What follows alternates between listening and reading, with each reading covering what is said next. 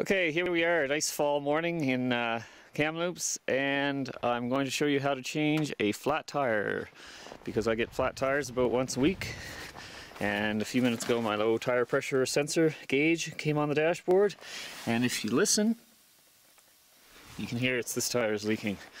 So the first thing I've done is I've parked the car someplace safe so other people can get by, and I've blocked the two opposite wheels that aren't being changed. So this one's blocked, just a couple rocks or logs would do it, and I've also blocked this one back here, because the last thing that you want to happen is when you've got the truck up on the jack, if it shifts a little bit, you don't want it falling down, dropping. First of all, it's hard to get it jacked back up once the axle's right down on the ground, and more importantly, it could crush your hands or something. So safety first. Put those rocks under the wheels. Okay, so I've got my tools out from behind the back seat of the truck. Sometimes some vehicles, these things will be stuck under the hood, kind of attached to the side of the body, but usually behind the back seat. What I've got is a wheel wrench or star wrench, and basically what that is it's got 4 different sizes. Usually the smallest one fits quad wheels, and the biggest one will fit truck tires, the nuts on those. I've got my axle jack. You can't use a jack-all, because what happens with a jack-all or something, if you're trying to jack up the body, like say you're using a jack-all on the bumper, as it rises, because the wheels have springs, the wheel stays in place. Well, it's just the body of the truck rising for the first foot or so, which is no good. You want something that you can get right underneath the truck and jack up the axle. Next we have a tire iron, which has the same size fitting as the end of this one, and I'll show you in a minute why. I've got 2, and then I've got these 3 pieces which actually fit together and make a long extended bar. So I'm going to put those together, but first let's take this thing off. This is just a decorative thing, and you can see that it's got that gap there, so you can jam that thing in and just pull it off. You don't need that. Now you've got access to the lug nuts, and the one thing I'm missing here, unfortunately, because I just used it up on my last tire change, is a can of WD-40. And what I like to do is, before you start taking these off, spray some WD-40 on each of these. You got to get the dirt off. You don't want to, like with these things, if you're twisting them and you're using any force, if there's a piece of dirt, a little small piece of rock or whatever, it can kind of notch the grooves there and make it really hard to get these on or off. So by spraying some WD-40 on before you take the lug nuts off, cleans them off, and then I'd spray some more on before I put them back on once the tire's changed.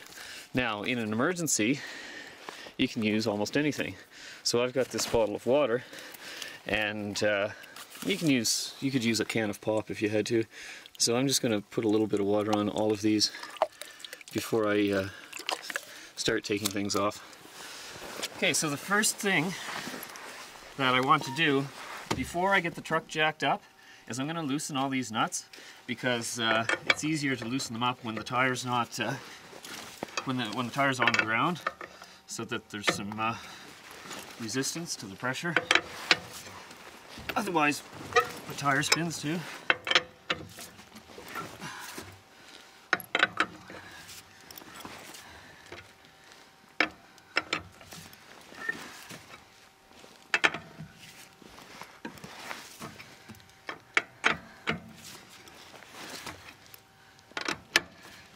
Okay, so that's all 8.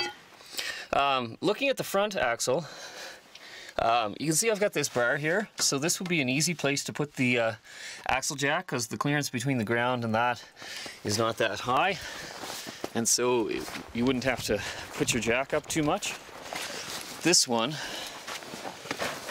here in the back, get underneath the truck here, you can see that the jack's already extended a ways, and I've still got a ways to go. So it's often good to have a a small foot-long block of 4x4 lumber to keep in the back of the truck, because what I could do is put that 4x4 on the ground, and then my jack would be a lot closer to this. And a 4x4 piece of wood is pretty stable because it's square. I don't know if my jack is going to go high enough here to lift the tire off the ground. Luckily it hasn't lost much air yet, so it's the right height. But by the time I get this thing up, I may not have that much further to go. The jack's going to be extended almost as far as it can go. It's got a second extension. You're going to see it coming up here. And up here you can see how this thing is kind of curved. And so what's going to happen is I'm going to put that so that it doesn't really slip as badly in the thing. Okay, so we've still got a little ways to go, another couple inches, so I'm going to be fine here. In an emergency, another thing you can do is you could dig a hole in front of your tire in the ground with your planting shovel or with whatever you've got, even with a log if you had to, and then drive the truck forward, let the tire drop into the hole, and then your axle is closer to the ground, and so your jack might be able to lift it up. So that's an emergency alternative that you could use. If you don't have a piece of 4x4 wood, you can also walk around the blocks nearby and see if you can find an old log that's fairly stable and put the jack on it. But of course that's not the safest way to do things. Best option is on the ground. Second best option is a nice stable piece of 4x4. Okay, I'm just going to take a second to show you a different type of axle jack. The one that I was using in the video so far was a piston type of axle jack, kind of vertical lift. This one is more, I think it's called a scissor jack, and so what happens is you can twist it and the jack goes up that way, and of course the main part of the jack should still be under the axle of the truck. This one has a implement here that can go through that thing and you can twist it up that way. And what happens is you take the various pieces and you put them together like that. Usually you have 3 pieces. Anyway, the end of it can go in here, and so you can use the tire iron as additional leverage to help you put this up when it's under pressure. So basically what I can do is put this thing in here, and then I spin it, and I'm going to lift my wheel right up off the ground a good, I'm going to get it up about an inch off the ground, because I've got to have some extra clearance because of the fact that this tire is slightly flat now, and the one going on is going to be fully inflated. Okay, let's speed things up a little bit here. Okay, the truck's up off the ground. Now I'm trying to get the tire down from underneath the truck. Lining up this rod to the right position to actually drop that tire is really tricky. I actually cut out some footage because it took me a couple minutes to get it lined up properly. I would advise you to try this at the office before you sign out your truck, before you're out in the field, because it's really tricky to line it up. But once you've done it a couple times, it makes sense. Anyway, here I'm cleaning all the mud off the tire that was underneath the truck. Very critical. Otherwise you're going to have a very unbalanced tire. That's why people balance tires in shops, by putting weights on them so they rotate evenly. With all this mud on the inside of your tire is going to be unbalanced. Your truck's going to shake really badly, or there's a higher chance that that could happen. So you definitely want to get every bit of mud off. Okay, so now I'm starting to take the flat wheel off. This is why I have the star wrench, because I can spin it around and get those things off a lot faster than with the regular tire iron. I usually spin them until they start coming off freely and then remove the rest of the nuts by hand. Okay, and here I go taking the wheel off. You'll notice I never put my hands underneath the wheel, just in case the truck does fall off the jack somehow. You want your hands to the sides. Okay, there's the rotors, the brakes, the axle, the whole assembly. Now what I'm doing here, because the truck isn't raised quite high enough, I'm just showing that sometimes if your jack won't go any further, you have to use a shovel to dig a hole deeper, because otherwise the tire won't go on, like this.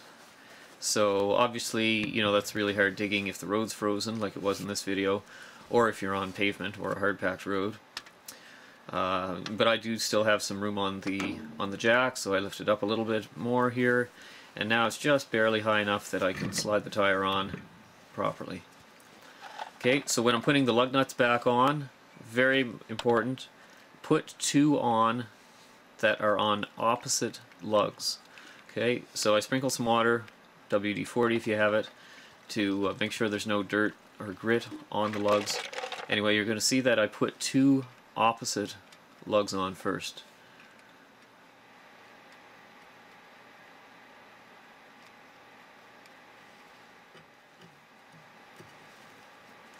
Okay, so now I'm using the start wrench to really tighten things up on the two first nuts that I've put back on. That'll make sure that the wheel's on completely. And you'll notice I kind of tightened the top one first, and now I'm tightening the opposite one. But when I go back to that top one, it's not tight anymore. So that's the whole reason why we're putting two on. We're trying to get the tire flush up against the flush onto the axle. Okay, so now it's on relatively tightly, and I'll put on the other 6 by hand. Let's speed things up again here. Okay, so quickly putting things on by hand, and then once those are all screwed in as far as I can take them by hand, I'll use the wheel wrench and go around the entire thing and make sure they're relatively tight. I am going to tighten them again with the proper tire iron, which gives me a little bit more leverage once I'm done here. Okay, but before I tighten them with the tire iron, I'm going to drop the truck a little bit so that there's some pressure on the wheel. I'm going to pull the jack out and start putting the equipment away. Even though I'm going to tighten all the lug nuts really tight with the wheel, with the tire iron right now, what you need to do is make sure once you've driven 40, 50 kilometers, maybe even less than that, get out and check your tire and re-tighten, re-torque all the lug nuts, just to make sure that none of them started to come loose when the vehicle went in motion. That happens fairly often. I mean, every tire change place will always remind you to re-torque your wheel, your lug nuts on your wheel after the first 50 to 100 kilometers, but that is a very important thing to do. We've ruined several tires on trucks and quads over the last several years when people have forgotten to do this.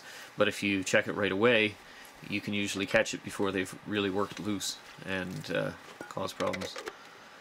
Okay, so the wheel's back on, all the things are pretty tight, and I'm just adding the decorative part to cover up the lug nuts, which keeps them pretty clean. Here's a good wire brush, clean those lugs.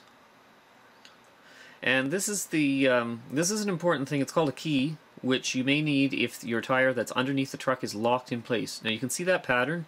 There's several different patterns, so one key does not fit all trucks. But anyway, this piece I've got in my hand now is the lock part, which is out of sight in under the truck normally. But you have to put that key on the end of your rods and sneak it into the truck to be able to drop the tire. What our office has started doing is taking those lock mechanisms right out, so that as long as you've got the rod, you can drop the tire. I mean, someone's more likely to steal the truck out in British Columbia than to steal the tire from underneath. If you're working in the woods, I can't emphasize strongly enough, when you first get your truck, when you first sign it out, make sure all your tools are there. Make sure you've got your jack, you've got your tire iron, you've got the rods that you need. Check and make sure you've got a key in case the truck needs a key. Test it by starting to drop the tire from underneath the truck, because if you're out in the woods by yourself and it doesn't work, then you're pretty much screwed. So you want to find these things out at the office before you head out to the field. Make sure your spare tire actually is inflated, and if you've never changed a tire before, just try it. I mean, you should be able to do it in 20 minutes quite easily by the time you've done it once or twice. It's not a hard job, so practice it once or twice and you should be fine. Thanks for watching.